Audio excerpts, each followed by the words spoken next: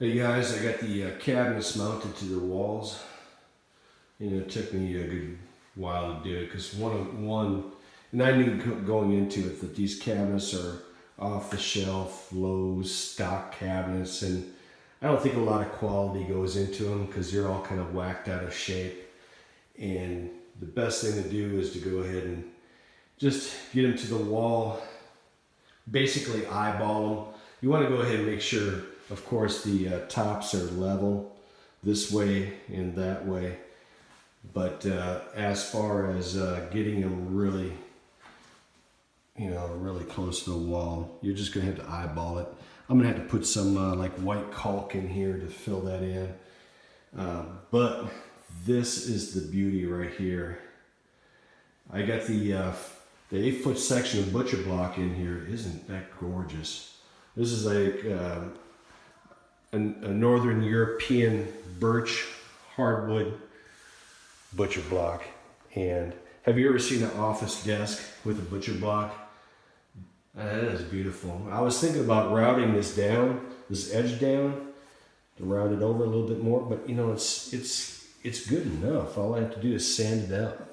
In fact, I'm gonna go ahead and actually, I have this in here right here, like this, so I can get an accurate measurement from the wall to the edge of the butcher block, because I have a 4-foot section that I need to cut down to be able to fit in here.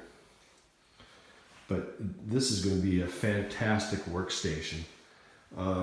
These gaps right here, of course, any house that gets built, the walls are not going to be absolutely straight. In fact, here's a section where it kind of bows out a little bit.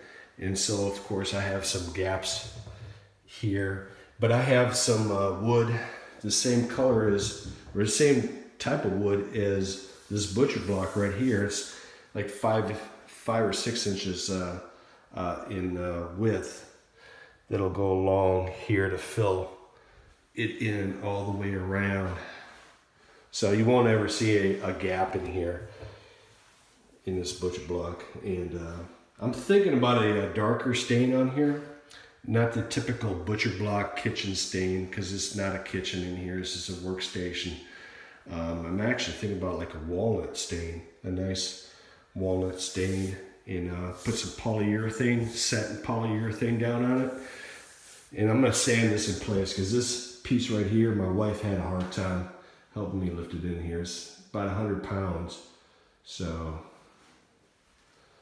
yeah, that's my workstation. Let me back up, because my iPhone has a tendency to really focus in too close. But yeah, that's what it's going to look like when it's done. Right here. Isn't that beautiful? Isn't that gorgeous? Man. It's going to look really nice when I'm done. So yeah, I just want to go ahead and touch base. I got the cabinets mounted.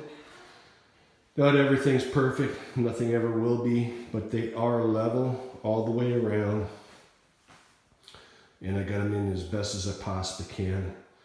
All this gapping in floor here is called a quarter round. I'll put it around there. Plus these boxes, I'm gonna have to go back to Lowe's and buy the little pieces that you glue up on the side of them. I'm gonna have to paint them white. But yeah, this is part 3. Cabinets in place, getting ready to do the butcher block. Man, that is beautiful. That's gonna be nice. And I'm gonna have to put some stuff on the walls, because it's kind of echoey in this room right now. But yeah, we'll talk to you later. Bye.